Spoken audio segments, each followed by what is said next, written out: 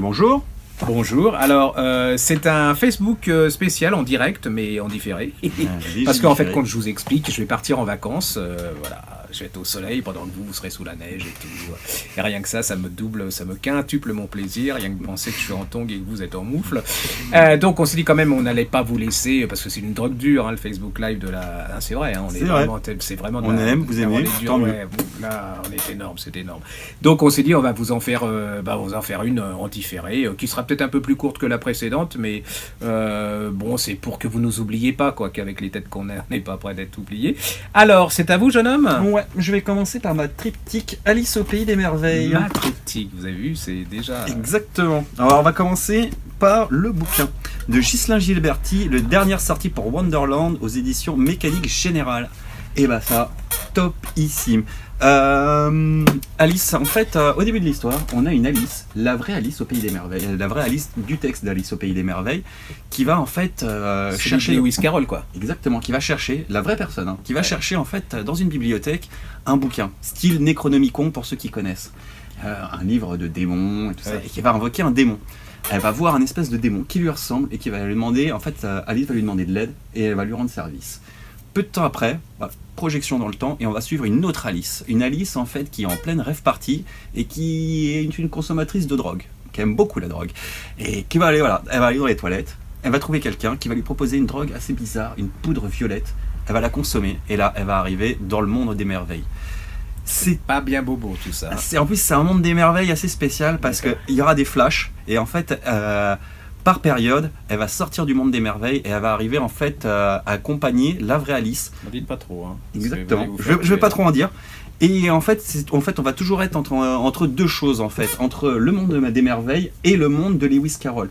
On découvre dans ce livre que Lewis Carroll, voilà, je vais pas dire d'insulte, mais c'est quelqu'un de très très très peu recommandable. Il était pédophile, hein. Pédophile, ouais. Filles, ouais. Et il adorait les photos de petites filles, pas très. D'ailleurs, il y a un recueil des photos de Lewis Carroll à la fin, et oui, c'est pas très plaisant. Voilà. Et super bien fichu. En fait, on passe du monde des merveilles au monde des ténèbres. C'est prenant, il y a des moments où au bout d'un moment on lit le bouquin, on est comme ça, on a le bout de l'œil pour le lire parce que c'est vraiment gore, dur, mais c'est super, lecture que vous n'oublierez jamais, vous allez apprendre des choses hyper intéressantes sur Lewis Carroll, quel est ce personnage, et en fait quelle est la logique aussi du monde des merveilles, parce que c'est une mécanique très spéciale, c'est un style littéraire très spécial, et hyper intéressant. Lewis Carroll, si vous voulez un peu un parallèle avec notre époque, c'était un peu de David Hamilton, vous voyez, le genre, voilà. Et comme c'était l'époque victorienne, personne ne disait rien, personne ne mouvetait, ça faisait partie des petites perversions de l'époque qui étaient bon. D'ailleurs, c'était même limite. On peut même dire les grandes perversions. Voilà. Là, il était très spécial. Okay. Alors, juste pour vous rappeler que Gilberti, c'est un énorme. Hein, il y a des excellentissimes écrivains de polar français. Lui, c'est un autre. Un astéroïde, là c'est un livre un peu particulier parce que ça vous parle de Lewis Carroll, mais les autres ça vous parle souvent du monde de la drogue, les gangs, c'est d'une violence incroyable et c'est vraiment alors si j'ai jamais lu Gilberti, Sa Majesté des Ombres. Voilà. Sa Majesté des Ombres, à mon avis, c'est le premier à lire. Ou alors en poche, il y en a d'autres. Ça, je suis pas persuadé que ça soit le premier à lire. Hein. Mais, ça dépend. Voilà. C'est quelque chose de très particulier. Vous pouvez, vous prenez. Moi, j'ai adoré. Voilà. Donc, non, mais c'est excellentissime. Hein, mais voilà. Donc, allez-y, c'est vraiment un des incontournables français. C'est vraiment monstrueux. Petite anecdote en plus sur Gilberti. Ah bah alors. Je cherchais un interview de lui et je suis tombé sur l'interview qui était passée en fait au salon du livre de poche. Et en fait, qui est-ce qui avait cette interview? Notre petit couple de Tunisiens. Ah mais oui, ils étaient fanas complètement. Exactement, et ça m'a fait plaisir de les revoir. Petit coup de Tunisiens, c'était des gens qui leur cadeau de mariage était de participer au salon du livre de Saint-Maur, et ça avait été un des événements du salon du livre de Saint-Maur. Alors même dans le genre, là, comme vous voulez parler de bombes, de romans... d'écrivain hors du commun. Il s'appelle Mathias Köpping, ça s'appelle Le Manufacturier, c'est chez Ring. Il avait fait un truc énorme, alors si vous n'avez pas lu, c'est en poche hein, dans leur collection, qui s'appelle Les Démoniaques. Alors attention, ce livre c'est dangereux, hein, je le dis, c'est pas à mettre dans toutes les mains. C'est-à-dire que c'est d'une violence, c'est-à-dire qu'il va vous décrire notre société, mais telle qu'elle est. C'est-à-dire qu'il n'a pas de fausse pudeur, ça commence en Serbie, dans les années 90, dans un village, il y a une famille qui se fait massacrer, il y a juste un petit bonhomme, un enfant qui s'échappe. Et puis vous allez vous retrouver dans les années 2000, en France, et là il va y avoir un meurtre absolument abominable d'une famille, et cette famille, ce meurtre, eh bien il est retransmis. Il est retransmis, oui, et puis il est surtout enregistré sur une tape, et on va vendre, l'auteur du meurtre veut vendre cette tape. Alors ça c'est l'anecdote, hein, et en plus ces deux histoires vont se rejoindre. Comment ça, c'est à vous, je vais pas, parce que je me fais tellement engueuler parce que je raconte trop de trucs, en vous disant qu'il y a une avocate qui va refaire une enquête sur ce meurtre en Croatie il y a quelques années. C'est d'une puissance, c'est un autre monde, vous voyez, c'est une autre planète, c'est-à-dire, je sais pas, il y a plein de petits maîtres en polar, et puis là, vous avez des choses qui sont des bombes, mais il y a des gens qui ne peuvent pas aller jusqu'au bout, attention en lisant ça, parce que c'est vraiment hyper violent, c'est une histoire c'est vraiment notre société, il y a tout, il y a la corruption, il y a le viol, il y a le dark, ce qu'on appelle le darknet, c'est-à-dire toutes ces choses abominables qui se passent sur Internet. Si vous voulez vraiment voir ce qu'est notre société, et ce qu'elle peut même devenir, ce qu'elle est déjà actuellement, c'est une espèce de portrait d'un réalisme incroyable du côté noir de nos sociétés. C'est un grand bonhomme, hein. Koenig, c'est pas pour moi, Gilberti et lui font partie des gens qui m'ont bousculé, et c'est vraiment, même si vous êtes habitué à la violence, même si vous êtes habitué, son style en plus est d'une clarté, enfin c'est vraiment, là il vous touche à chaque mot, vous en prenez plein la tête, et puis vous êtes touché par les personnages, hein. Il y a pas, les personnages sont, voilà, c'est le genre de bouquin dont vous pouvez pas parler, et parce que c'est tellement énorme, vous pourrez jamais traduire la force de ce genre de bouquin. Alors surtout, ne l'offrez pas à votre petite mamie ou là, parce que alors là vous êtes mort. Ouais. Et puis si vous êtes un peu dépressif, ou si les mots vous choquent, ou commencez, si vous êtes chez votre libraire, je vous donne un conseil, vous l'ouvrez, vous commencez à lire quelques pages. Dès les premières pages, vous saurez si vous continuerez ou si vous continuerez pas, parce qu'il y a vraiment des scènes un peu dures. Mais c'est la vie telle qu'elle est, et c'est pas la vie édulcorée, telle qu'on voudrait qu'elle nous fasse croire qu'elle est, dans les pubs et dans les chaînes d'information continue et autres. Voilà, allez-y, c'est un des grands moments de l'année, ça. Hein. Ça fait un des polars incontournables. Il y a des polars, on sait il y en aura quelques-uns dans l'année à lire. Celui-là, il est dans un des indispensables de l'année.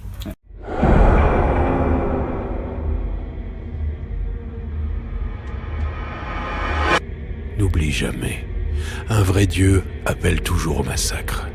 Il est exclusif, jaloux, intolérant, violent. Au fond, comme moi, ils sont tous convaincus que seul leur Dieu à eux est le vrai, l'unique, l'absolu.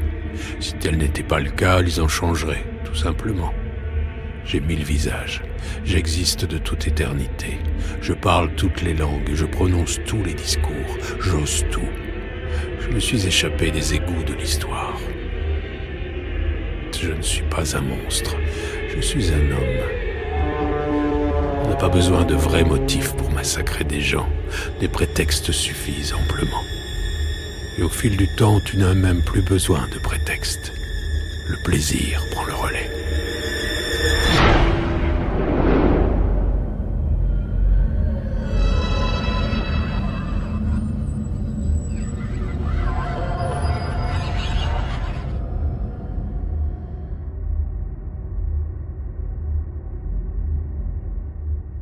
C'était Mathias Copping, Le Manufacturier, aux éditions Ring. Vous avez un petit truc encore ? Oui, le grand coup de cœur d'Agnès qui me l'a fait lire, elle a bien raison. Ah oui, je ne l'ai pas lu, je veux le lire. Ouais, je vous le conseille vraiment. Lou Bernier, November Road, aux éditions Harper et Colin Noir. Et c'est top. Alors je vais arrêter de le dire parce que je me répète en ce moment.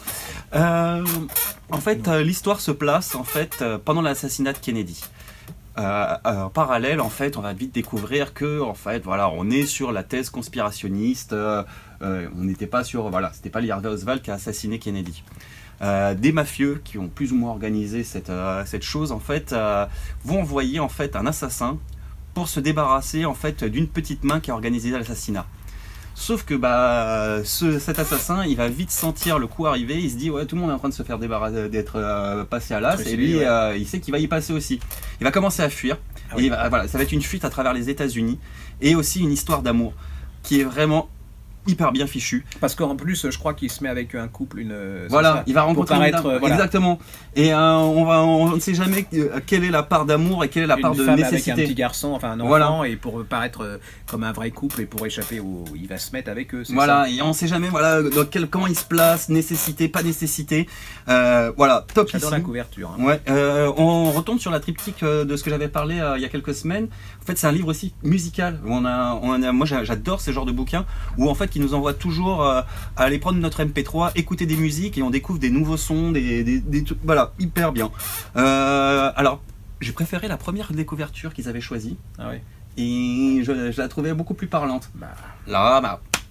Bon, j'ai préféré la première couverture. Alors, moi, je vais vous faire un petit truc des livres de poche en vitesse, parce qu'on me dit que... Alors, au niveau bande musicale, moi, ça serait plutôt La Viole de Gambe, mais voilà, ils viennent de faire paraître en poche une colonne de feu de Ken Follett. En livre de poche, je vais pas vous refaire le résumé, c'est simplement pour vous voilà, c'est une sorte de truc d'information. Pareil, parce que souvent même nous, ça nous échappe que ça paraît. Il y en a tellement qui paraissent en poche. Donc là, c'est pour vous dire, allez-y si vous avez entendu parler, si vous avez aimé, vous allez sur les pages YouTube, vous allez sur nos pages aussi, La Griffe Noire TV, vous aurez une critique là-dessus de Véronique Olmy qui s'appelle Bakita, qui a été un énorme succès, l'histoire de cette femme esclave qui vient de paraître en livre de poche. Bon, et puis maintenant, un petit bonus à toute cette histoire, à notre merveilleux talent. Et Fred a eu le plaisir de rencontrer et d'interviewer Cécile Cabanach. Alors, vous allez voir, ce roman est absolument exceptionnel. Je suis Cécile Cabanach, je suis journaliste et je suis l'auteur du roman Des poignards dans les sourires. Le pitch, c'est l'histoire d'un homme qui disparaît et son épouse ne semble pas s'en émouvoir, au contraire. Elle réorganise très rapidement sa vie, elle a même un regain de vitalité qui interroge un peu tout le monde dans son entourage. Les policiers du SRPJ de Clermont-Ferrand qui sont amenés à enquêter sur l'homicide sont très étonnés lorsqu'ils en viennent à découvrir chacun des membres de cette famille complètement dysfonctionnelle dans laquelle les cadavres dans les placards sont là depuis des années et des années. Et l'histoire raconte en fait la lente descente aux enfers de chacun des membres de cette famille qui est bouleversé par l'annonce de la mort d'un de ses membres. Des poignards dans les sourires est un titre qui est issu de la citation de Macbeth, écrite par William Shakespeare, qui est la suivante: « Là où nous sommes, il y a des poignards dans les sourires des hommes, proches du sang, plus proches du sanglant. » La première fois que j'ai dû entendre cette citation, je devais être adolescente et déjà elle avait trouvé un écho particulier en moi. Lorsque j'ai écrit en fait le roman, à un moment donné, je devais être à peu près à la moitié de l'écriture, j'écrivais un chapitre sur le fils, Maxime, qui a épinglé cette citation au mur. À cet instant-là, je me suis dit que ça devait être le titre du livre, parce que finalement, c'est une phrase qui décrit très bien la famille Renon, l'hypocrisie de cette famille. C'est une famille qui, de façade, est bon chic, bon genre, tout va très bien, alors qu'à l'intérieur, tout dysfonctionne totalement. J'étais très flattée, très honorée lorsque mon éditeur m'a dit dès le départ qu'il sentait qu'il y avait une ambiance chabrolienne dans ce roman. Je suis fan de Claude Chabrol, de tous ses films pratiquement depuis longtemps. J'aime la description acide qu'il fait du milieu bourgeois et je m'en suis clairement inspirée. J'ai longtemps été journaliste dans l'audiovisuel et j'ai un goût pour l'image. Donc c'est assez naturel en fait pour moi d'écrire de cette façon-là. Je ne peux pas me détacher de l'image. Et je dois dire que quand j'écris, j'ai vraiment le film devant les yeux. Et en fait, quelque part, je ne fais que écrire les scènes que je vois. Alors, je voulais aussi vous parler, parce qu'on n'en parle presque jamais, et j'adore cette collection qui est chez Parigramme. Ça, c'est pour vous. Voilà, ça, vous êtes encore, vous avez encore ces illusions. Allez, vous s'embrasser à Paris. Vous s'embrasser à Paris. La petite collection s'appelle Paris et compagnie. Il y a Paris Visite Privée. Alors, il y a plein des endroits que vous ne connaissez pas. Voilà. Il y a à Paris, à chacun son resto. Il y a les petites cantines de Paris, c'est des trucs pas chers. Et là, vous avez les petits et les grands musées à Paris. Mais il y en a plein, hein. Il y a une trentaine de titres. Allez-y, vous les demandez. Généralement, vos libraires les ont. C'est pas très cher. En plus, c'est très pratique. Vous avez une illustration, vous avez les renseignements de prix, il y a un peu la critique du... Vous voyez, c'est vraiment hyper bien fichu. C'est chez Parigramme, c'est pas cher, c'est efficace. Que vous dire, on va rester chez Parigramme. Il vient de paraître, alors Gilles Schlesser, j'adore, c'est un amoureux de Paris, il avait fait des romans passionnants. Et là, il vient de sortir Paris dans les pas de Patrick Modiano. Et je trouve que c'est une bonne manière de redécouvrir Paris, puis de lire Modiano. Vous avez tous les arrondissements avec ce qui s'est passé dans les romans de Modiano. C'est vraiment... Alors, c'est un cadeau intelligent. Et puis, je trouve comme cadeau, c'est sympa. Vous offrez ça, plus un petit roman de Modiano avec. Je trouve que c'est intelligent et c'est très ludique. Voilà. Vous avez des choses ? Oui. Je continue dans ma triptyque Alice au Pays des Merveilles. Et là, c'est du comics I Hate Fairyland de Scotty Young. Ah oui. Excellent, ça j'adore. Il y a un côté très cartoony que j'adore dans cette BD. Cartoony. Dessin animé, vous voulez dire ? Voilà. J'aurais dit plutôt cartoonesque. Moi je dis cartoony, j'aime bien cartoony. Je pense que c'est valable. Ne lui répondez pas, c'est de la provocation. N'importe comment, il est pas... Dites-moi dans les commentaires ce que vous en pensez. Et c'est nous qui avons la vérité. Donc voilà. De Scotty Young aux éditions Urban Comics. Alors là, top. Moi c'est un de mes petits doudous. Chaque tome je le lis dès sa sortie. I Hate Fairyland nous raconte en fait l'histoire de Gertrude, petite fille aux cheveux verts qui rêve d'arriver dans le monde merveilleux. Ah, Valère Expert. Non, pardon. Plus énervé. Et son rêve va être exaucé. Elle va arriver dans le monde merveilleux et on va lui expliquer que tout simplement, en fait, pour sortir du monde merveilleux, il faut trouver la clé magique. Le problème, c'est que 30 ans plus tard... il faut toujours trouver la clé toujours magique. Un problème. 30 ans plus tard, en fait, elle n'a toujours pas trouvé cette clé et elle en a marre. Elle veut sortir de façon beaucoup plus radicale, beaucoup plus punchy, beaucoup plus sanglante. Excellent. Plein d'humour. On n'est jamais dans la vulgarité, on est toujours à côté de la vulgarité. On peut reconnaître des mots, mais on n'est jamais dedans. Ah oui, va te faire enclumer. J'adore cette expression. Va te faire enclumer, j'adore. Ça, on va la garder, hein. Va te faire enclumer. Regardez, c'est sympa, j'adore les dessins et tout. Voilà. Très beau, très parlant. D'accord. Je continue ? Bah oui. Alors, une autre série jeunesse, mais là pour le coup, qui est un peu plus dans la vulgarité. Kid Z. Du Coudray et Joret. Oui, du Coudray qu'on connaît, en fait, cette dame qui avait fait. J'adore les dessins. C'était cette histoire Accoucher dehors. Ah oui, d'accord. Cette histoire d'un petit garçon autiste qui était fan j'ai de lu Yogi ça, Gallarin. mais oui. C'est la même auteure. Ah d'accord. Et là, elle revient avec Kid Z, en fait, qui est un vrai hommage à Sa Majesté des Mouches, pour le coup. Des enfants, en fait, vivent dans un monde qui a été complètement détruit par les zombies. Ce groupe d'enfants vont devoir vivre en vase clos, ils vont devoir se débrouiller tout seuls pour survivre. Et voilà, moi ça m'a beaucoup fait penser à une version moderne de Sa Majesté des Mouches. On pense vite que cette groupe d'enfants en fait la survie va être compliquée et c'est quelque chose qui est vraiment coolissime. Et si vous n'avez pas vu Sa Majesté des Mouches, coolissime. Là, on est avec des intellectuels là, ça commence, ça y est, là je présente avec un intello. Non mais c'est très bien, puis les dessins ils sont super, hein. C'est super beau.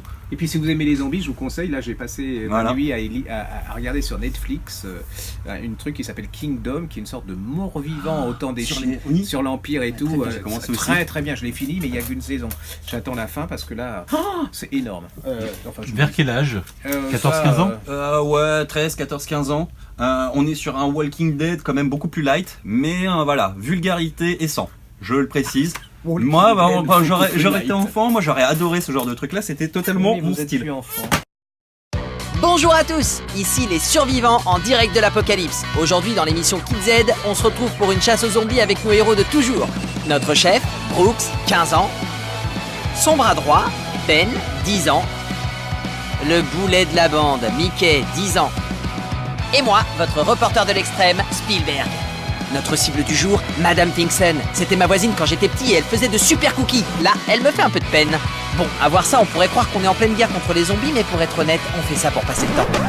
Après 3 mois d'épidémie, la plupart des zombies sont morts de famine, alors notre quotidien, c'est plutôt traîner dans notre canapé, squatter les piscines abandonnées et surtout, mater Kid Z, mon émission. Mais récemment, une chose terrible est venue frapper notre communauté. Pire qu'une reprise de l'épidémie, pire qu'une catastrophe nucléaire. Des figues. On pensait qu'elles allaient nous envahir avec des trucs de licorne et de princesse, mais on a vite compris qu'il valait mieux pas les énerver. Avec tout ça, on pensait qu'on était paré à tout. On a peut-être été un peu optimiste.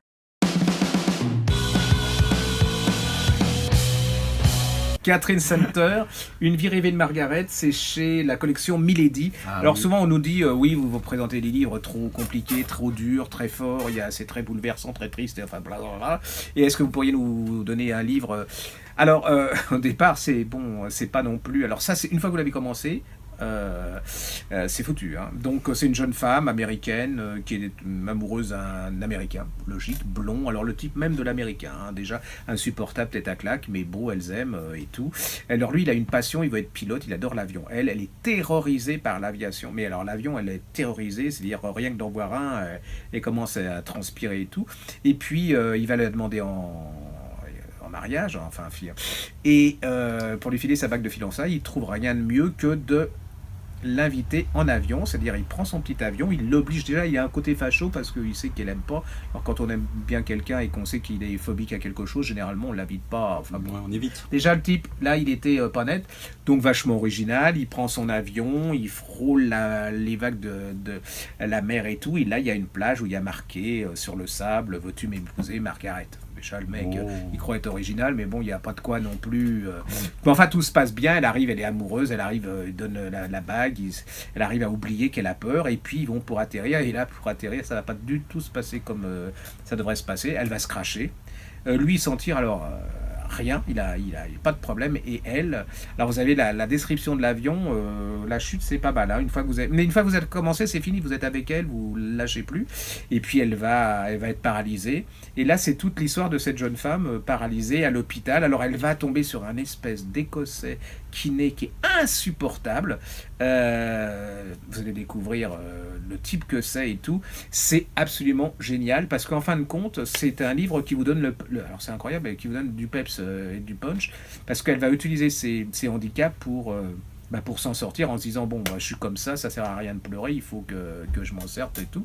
Et puis il va se passer plein de choses, il y a un secret avec sa sœur. Pourquoi sa sœur s'est-elle tirée du domicile de ses parents, pourquoi sa mère et elle ne se parlent-ils plus, le père est absolument adorable, elle a une copine, enfin c'est les enfants, si vous voulez quelque chose pour tout oublier, pour l'avion, si vous êtes un peu phobique de l'avion, je suis pas sûr que ça vous encourage à reprendre l'avion, hein, mais c'est un petit beeper, hein, c'est un tout petit truc, hein, quand c'est tombé, donc allez-y, ça s'appelle Une vie de Margaret. Nous on a les clientes qui reviennent, elles étaient un peu sceptiques côté hôpital et tout, et elles sont venues le racheter pour leurs copines et leurs amis, et c'est Mélanie qui m'a fait découvrir ça, qui est une de nos collaboratrices et qui adore ce genre de choses, et j'avoue que c'est très très bien.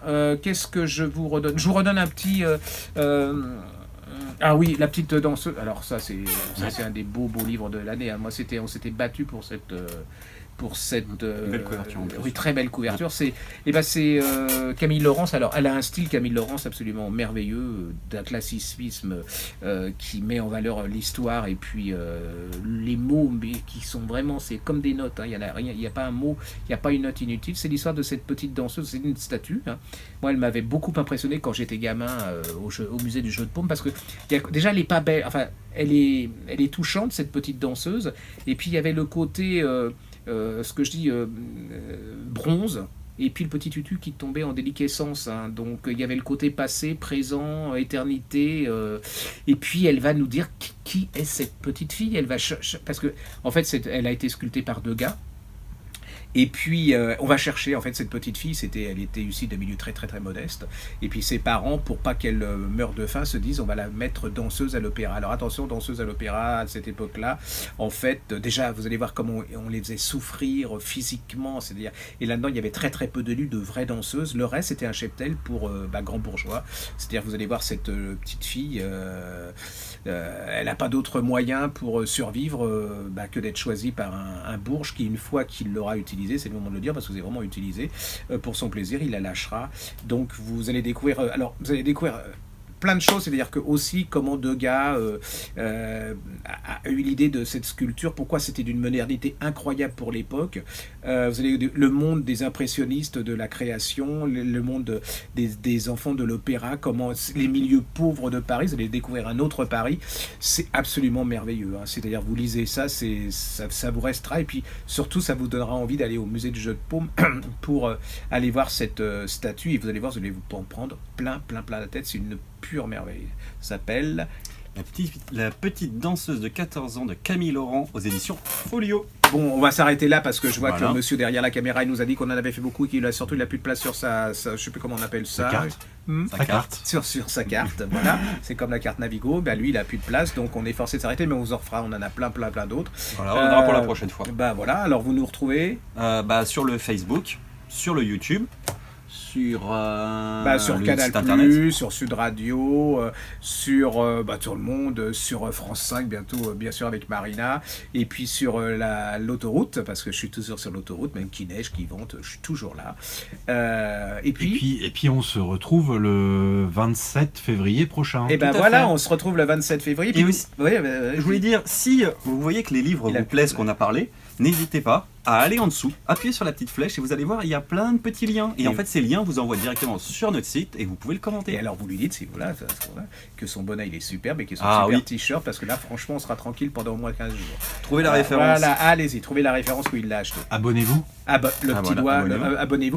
Ah oui, abonnez-vous, parce que là Sur vous avez fait YouTube. un truc génial. Et puis alors j'ai dit que c'était le 9 millième. Le 9 millième, je ferai mes livres préférés de l'année. Voilà, et puis, mais on y est, hein, on commence à arriver, mais là il faut vraiment pousser parce qu'il faut qu'on arrive à 10 000. Donc là on est proche de 9 000, allez-y, et le 10 millième, je vous ferai aussi un petit truc. Et bien merci pour vos partages, Voilà. vos commentaires.